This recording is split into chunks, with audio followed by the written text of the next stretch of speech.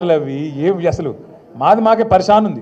సబితక్క ఇయాల కాదు, ఇప్పుడే సత్యక్క చెప్పినట్టు సబితక్క రేవంత్ రెడ్డి గారు జెడ్పీటీసీ కాకముందే మంత్రి అయిన మరి సీనియర్ నాయకురాలు. అట్లాంటి సీనియర్ నాయకురాలకి నిన్న మహేశ్వరం నియోజకవర్గంలో ఓడిపోయినమో కుర్చీ మీద కూర్చోబెడతారట, గెలిచిన వాళ్ళని మాత్రం కింద కూర్చోవన్నట్టు మనం పిచ్చోళ్ళ లెక్క వాడు కారు అట్లు ఇస్తుంటే వాడు ఇంకోటి చేస్తుంటే పోజులు కొడుతుంటే మనం చూడాలంట. అక్క ఏమనలే పాపం, కానీ కార్యకర్తలు ఊకుంటారా? ఊకోరు కదా. అరే మా మేడంకి అవమానం జరుగుతుందని లొల్లి పెడితే ఇలా హోంమంత్రిగా పనిచేసిన అక్క మీదికి గింతంత పోలీసు వాళ్ళు ఎగిరిపోయి రెచ్చిపోయి మాట్లాడుతూ ఉన్నాడు. నేను ఇలా పరిగి మాత్రమే కాదు, రాష్ట్ర వ్యాప్తంగా ఉండే కలెక్టర్లు, ఐఏఎస్ ఐపీఎస్ అధికారులకు నేను ఒక్కటే గుర్తు చేస్తున్నా, గుర్తు పెట్టుకోమని చెప్తా ఉన్నా. ఇలా మీరు పచ్చి అబద్ధాలు ఆడుతూ ఉన్నారు ఐఏఎస్ అధికారులు కూడా. మొన్న ఇక్కడ చూసిన నేను ఖైరతాబాద్లో ఒక ఐఏఎస్ అధికారి ఒక ఐపీఎస్ అధికారి ఇద్దరు చిలక పలుకులు పలుకుతున్నారు. ఏమని? 10 ఏళ్లలో ఒక్క రేషన్ కార్డు ఇవ్వలే. కాంగ్రెస్ వాళ్ళు మాట్లాడినట్టు మాట్లాడుతున్నారు. నేను వాళ్ళందరికీ ఒకటే చెప్తా ఉన్నా, ఎక్కువ టైం లేదు, 2-2.5 ఏళ్లలో మళ్ళీ మేమే వస్తున్నాం. ఎవరైతే ఎగిరెగిరి పడుతుండ్రో, ఎవరైతే అతి చేస్తుండ్రో, ఎవరైతే రేవంత్ రెడ్డి కంటే ఎక్స్ట్రాలు చేస్తున్నారో వాళ్ళందరికీ నేను ఒకటే మాట చెప్తున్నా. నేను ఇదివరకు కూడా చెప్పినా, మళ్ళీ కూడా చెప్తున్నా, బరాబర్ ప్రతి పేరు రాసి పెట్టుకుంటాం, ప్రతి ఒక్కరి మాటలు యాది పెట్టుకుంటాం. ఇదివరకు లెక్క మాత్రం ఈసారి ఉండదు. అన్ని లెక్కలు హిసాబ్ కితాబ్ సెటిల్ చేసే బాధ్యత నాది. సురేంద్ర ఒక మాట అన్నాడు, వాస్తవం అది. 10 ఏళ్లలో ఎన్నడూ మాకు ఇక్కడ అవకాశం రాలే అని ఒక మాట అన్నాడు, వాస్తవం. 10 ఏళ్ళు మేము ప్రభుత్వాన్ని నడిపినాం, రాష్ట్రాన్ని నడిపినాం. అంటే కొత్త రాష్ట్రం, కష్టపడి తెచ్చిన రాష్ట్రం, పిల్లగాళ్ళు చచ్చిపోతే వచ్చిన రాష్ట్రం, కేసీఆర్ నాయకత్వంలో కొట్లాడి తెచ్చుకున్న రాష్ట్రం. ఇటువంటి రాష్ట్రంలో ఇల్లు చక్కదిద్దుకున్నట్టు మరి కొత్త సంసారం, కొత్త కాపురం కాబట్టి బ్రహ్మాండంగా చేయాలి.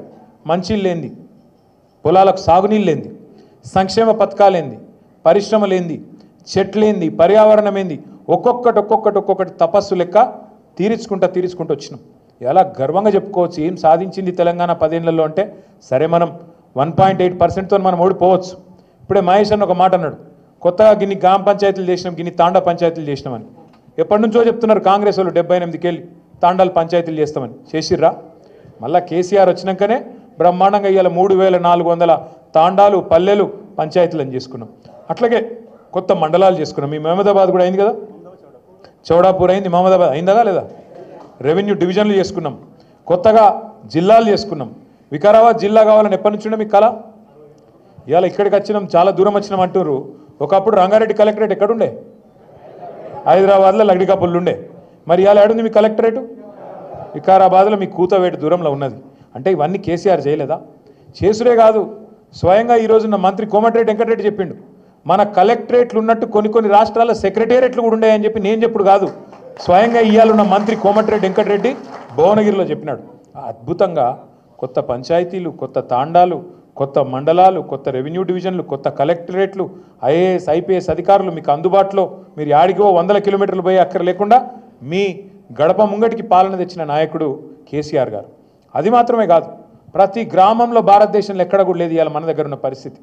నర్సరీలు, పల్లె ప్రకృతి వనాలు, ఇంటి ముంగట నల్ల, అట్లాగే బ్రహ్మాండంగా ప్రతి ఊళ్ళో ఒక రైతు వేదిక, ప్రతి ఊరిలో ఇవాళ ప్రకృతి వనంతో పాటు డంపింగ్ యార్డు, అట్లాగే శ్మశాన వాటిక, వైకుంఠధామం ఎక్కడ ఉన్నాయా భారతదేశంలో? ఎవరన్నా ముఖ్యమంత్రి ఇంత సూక్ష్మంగా ఆలోచించినోడు ఉన్నాడా?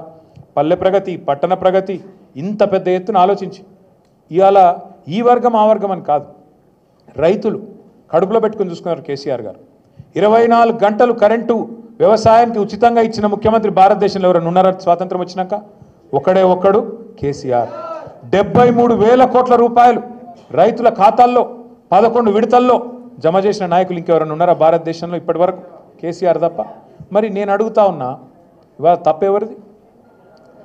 మనది, కార్యకర్తలది.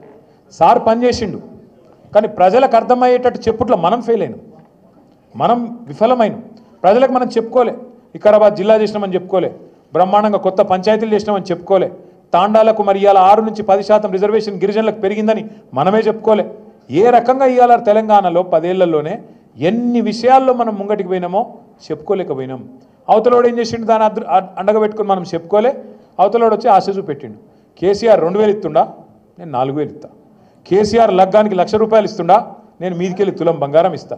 కేసీఆర్ ఇచ్చే 1,00,000 రూపాయలు పెళ్ళి అయిపోయినాక లగ్గం అయిపోయినాక 2 నెలలకు వస్తున్నాయి. అదే నేను వచ్చినా అనుకో, నువ్వు పత్రిక పెట్టుకో, పత్రిక పెట్టుకున్న రోజే నీకు మళ్ళా కులం బంగారం వస్తుంది, ₹1,00,000 వస్తాయి. ఇట్లా కథలు చెప్పే వరకు పాపం నమ్మిండ్రు, నమ్మి ఇవాళ బాధపడతా ఉన్నారు. మీరు నేను మనందరం కార్యకర్తలుగా మనందరం చేయాల్సింది ఒకటే పని. ఎందుకంటే అధికారం కోసం ఇంకో దానికోసమో కాదు. సరే కేసీఆర్ గారు మళ్ళీ గెలిస్తే ముఖ్యమంత్రి అవుతారు. ఆయన ఇప్పటికే 10 ఏళ్ళు ముఖ్యమంత్రి చేసిండు. ఆయనకేం కొత్త పదవి కాదు, ఆయనకేం కొత్త పదవి రాదు. కానీ పాడైపోతున్న తెలంగాణ, కష్టపడి తెచ్చుకున్న తెలంగాణలో ఇలా ఈ దుర్మార్గులు చేస్తున్న నిర్వాకం, ఈ దుర్మార్గుల ప్రవర్తన వల్ల మళ్ళొక్కసారి 10-15 ఏళ్ళు వెనుకపోయే పరిస్థితి ఉన్నది. అందుకే మళ్ళీ తెలంగాణను పట్టాలెక్కియాలంటే ఒకటి మన ముంగటున్నది, అది కేసీఆర్ గారి నాయకత్వమే తప్ప ఇంకోటి కానే కాదు. అందుకే కార్యకర్తలుగా మీరు నేను అందరం కలిసి పనిచేద్దాం. ఏమేం పాడైపోయింది అని మీరు అడగచ్చు. ఒక్కటే మాట నేను అడుగుతా ఉన్నా, మీరు చెప్పండి నాకు. పరిగిలో మీ వికారాబాద్ జిల్లాలో కేసీఆర్ ఉన్నప్పుడు భూముల ధరలు ఎట్లున్నాయి, ఇవాళ ఎట్లున్నాయి? పెరిగినాయా తగ్గినాయా? బాగా పెరిగినాయని మీ దగ్గర? అంటే ముఖ్యమంత్రి నియోజకవర్గం పక్కనే ఉన్నారని బాగా పెరిగినాయా? మీ కొడంగల్ పెరిగినాయా బాగా? ఒక్క పరిగి కొడంగల్ కాదు, రాష్ట్రంలో ఎక్కడ కూడా ఇలా ఏ ఒక్క మనిషి కూడా సంతోషంగా లేడు.